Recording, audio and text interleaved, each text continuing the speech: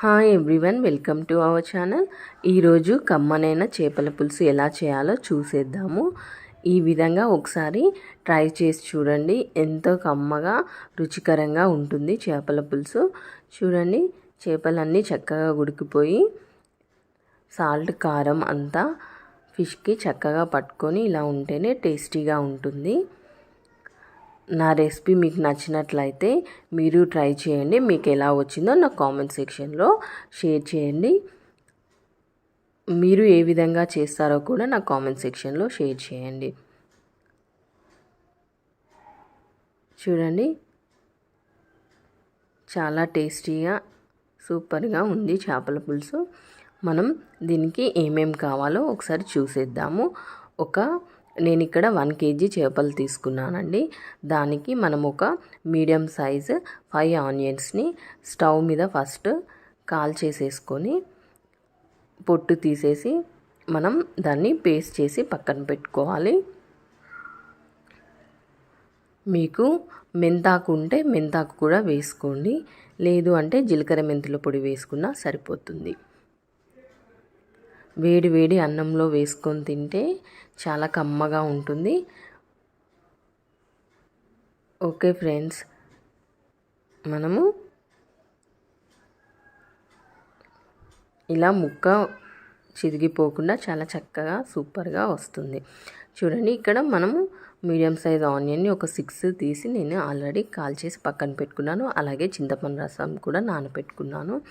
ఇక్కడ నేను already salt నిమ్మకాయ వేసి మంచిగా ఫిష్ని క్లీన్ చేసి పెట్టుకున్నానండి. ఇలా క్లీన్ చేసుకున్న ఫిష్ ముక్కలలో సాల్ట్ అలాగే కారం కూడా వేసుకొని ఒకసారి అంతా మిక్స్ చేసుకోండి. కారం కొద్దిగా ఎక్కువనే వేసుకోండి, అప్పుడే నీచు వాసన రాకుండా టేస్ట్ కూడా బాగుంటుంది. ఇలా కొద్దిగా చింతపండు రసం కూడా యాడ్ చేసుకోవడం వల్ల సాల్ట్ కారం అనేది ముక్కలకి పులుపు అంతా మంచిగా పట్టుకుంటుంది. వాటిని పక్కన పెట్టేసుకోవాలి.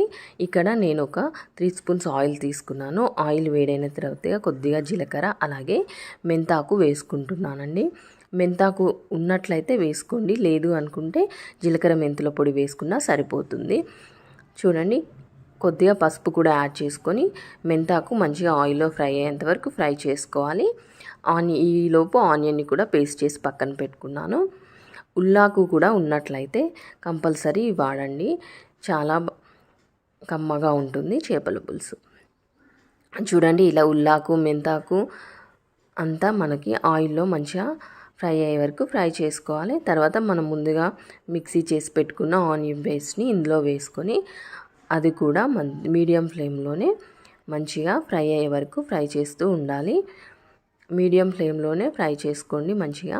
ఇక్కడ కొద్దిగా నేను జీలకర్ర మెంతుల పొడి కూడా యాడ్ చేస్తున్నాను.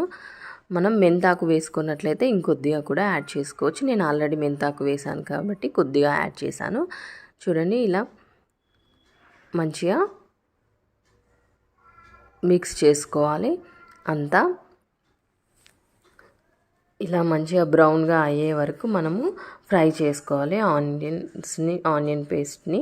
చూడండి, ఇక్కడ ఆయిల్ సెపరేట్ అవుతూ ఉంది మనకి. ఇప్పుడు ఈ స్టేజ్లో ఆయిల్ అంతా మంచిగా ఇలా సెపరేట్ అయ్యాక మనకి ఆనియన్ పేస్ట్ కూడా ఇలా మంచిగా బ్రౌన్గా ఫ్రై అయిన తర్వాత చేప ముక్కల్ని ఒక్కొక్కటిగా ఇలా వేసుకోవాలి.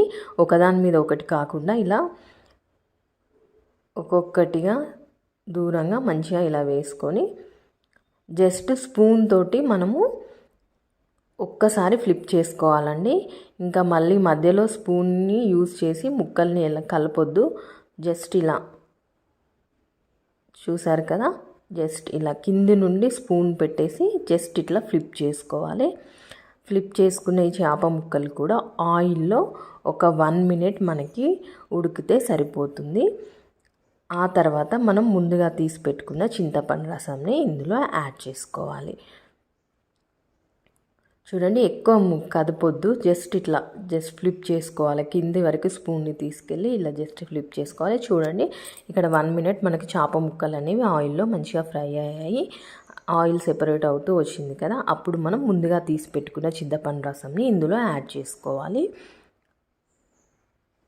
చూడండి, జస్ట్ నేను ముక్కల్ని ఏం కదపట్లేదు, కింద స్పూన్ పెట్టేసి జస్ట్ పులుసునే ఇట్లా మనం అనేసుకొని మూత పెట్టుకొని మీడియం ఫ్లేమ్లో మనం ఒక 10 minutes వదిలేసేయాలండి. ఒకసారి మూత తీసి చూద్దాము. చూడండి, ఇప్పుడే కొంచెం ఉడుకుతూ ఉంది పులుసు అనేది. మనకి ఆయిల్ కూడా మెల్లిగా సెపరేట్ అవుతూ ఉంది. ఇంకా కొద్దిగా థిక్ కన్సిస్టెన్సీ రావడానికి మరి కొద్దిగా ఇంకొక 5 మినిట్స్ మనము ఉడికించుకోవాలి. చూడండి, ఇక్కడ మనకి ఆయిల్ కూడా సైడ్స్కి అంతా సెపరేట్ అవుతూ వచ్చింది కదా. మనం ఈ స్టేజ్లో కొద్దిగా ధనియాల పొడి వేసుకోవాలండి. అలాగే మీకు సాల్ట్ ఏమన్నా ఇక్కడే ఒకసారి చెక్ చేసుకోండి. ఒకవేళ సాల్ట్ సరిపోకపోతే మళ్ళీ కొద్దిగా వేసుకోండి. నాకైతే పర్ఫెక్ట్గా సరిపోయింది సాల్ట్ కూడా. ఈ కన్సిస్టెన్సీ ఉంటే సరిపోతుంది చేపల పులుసు. ఎందుకంటే మనము స్టవ్ ఆఫ్ చేసినాక మరి కొద్దిగా దగ్గరికి వస్తుంది కాబట్టి. చూడండి, ముక్క కూడా ఉడికిపోయింది. మంచిగా సాల్ట్ కారం కూడా ముక్కకి మంచిగా చక్కగా పట్టుకున్నాయి. ముక్క కూడా మంచిగా ఉడికిపోయింది. పైనుండి కొద్దిగా కొత్తిమీర చల్లేసేసుకుంటే వేడి వేడి చేపల పులుసు రెడీ అయిపోయింది. చక్కగా వేడి వేడి అన్నంలో వేసుకొని తింటే సూపర్గా ఉంటుంది. మనం చేపల పులుసు ఈరోజు కంటే ఈరోజు చేసినట్లయితే రేపు వేసుకొని తింటే టేస్ట్ ఇంకా ఎక్కువ తెలుస్తుంది మనకి. చూడండి, సూపర్ అండ్ టేస్టీ చేపల పులుసు రెడీ అయింది. మీరు కూడా ఇలానే చేస్తారా, లేకపోతే ఏమైనా డిఫరెంట్ ప్రాసెస్ ఫాలో అవుతారా? నాకు కామెంట్ సెక్షన్లో షేర్ చేయండి. నా రెసిపీ మీకు నచ్చినట్లయితే కంపల్సరీ ట్రై చేయండి. ట్రై చేసి మీకు ఎలా వచ్చిందో నాకు కామెంట్ సెక్షన్లో షేర్ చేయండి.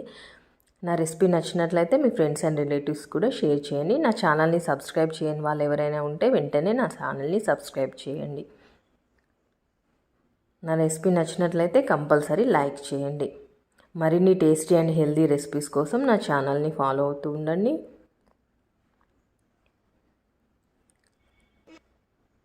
చూడండి, స్టవ్ ఆఫ్ చేసినాక మరి కొద్దిగా దగ్గరికి వచ్చేసింది పులుసు అనేది. వేరే బౌల్లోకి తీసుకొని సర్వ్ చేసుకున్నట్లయితే ఎంతో టేస్టీ చేపల పులుసు సింపుల్గా చేసేసుకోవచ్చు, యమ్మీగా.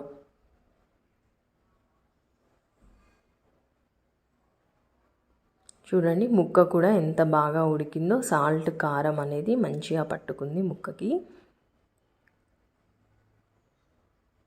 ఇంకా లేట్ ఎందుకు, మరి మీరు కూడా ఈ రెసిపీని కంపల్సరీ ట్రై చేయండి.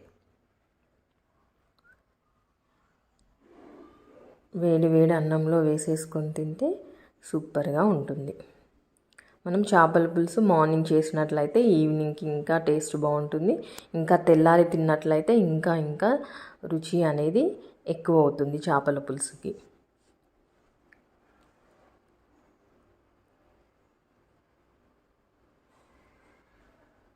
మీకు నా రెసిపీ నచ్చిందని అనుకుంటున్నాను. ఓకే ఫ్రెండ్స్, నచ్చినట్లయితే లైక్ చేయండి, సబ్స్క్రైబ్ చేయండి. Thank you for watching.